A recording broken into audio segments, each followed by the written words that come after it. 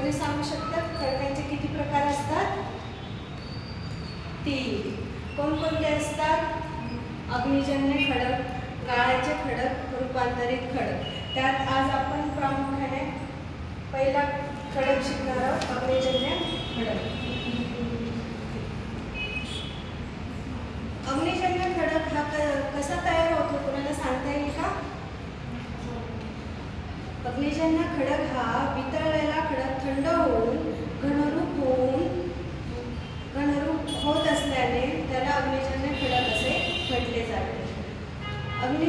अग्निजन्य खडक हा कोणत्या शब्दापासून आलेला आहे कोणी सांगू शकतं? हा प्लॅटिनम शब्दावरून आलेला आहे. खडक हे नैसर्गिक प्रक्रियेतून तयार होतात. कशापासून तयार होतात? नैसर्गिक प्रक्रियेतून.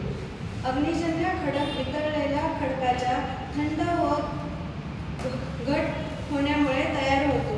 जेव्हा गॅमा पृथ्वीच्या पृष्ठभागाच्या आत किंवा ज्वालामुखीच्या उद्रेकातून बाहेर पडल्यावर थंड होतो तेव्हा त्याचे स्फटिक बनतात आणि ते घन स्वरूपात रूपांतर होऊन अग्निजन्य खडक निर्माण होतात.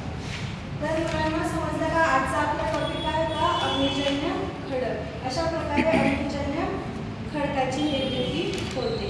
आज आपण काय शिकलो? अग्निजन्य खडकाची निर्मिती कशी होते ते आपण शिकलो. अग्निजन्य खडकाचे किती प्रकार आहेत? प्रामुख्याने 3. हे आपण आज या पाठातून शिकलो.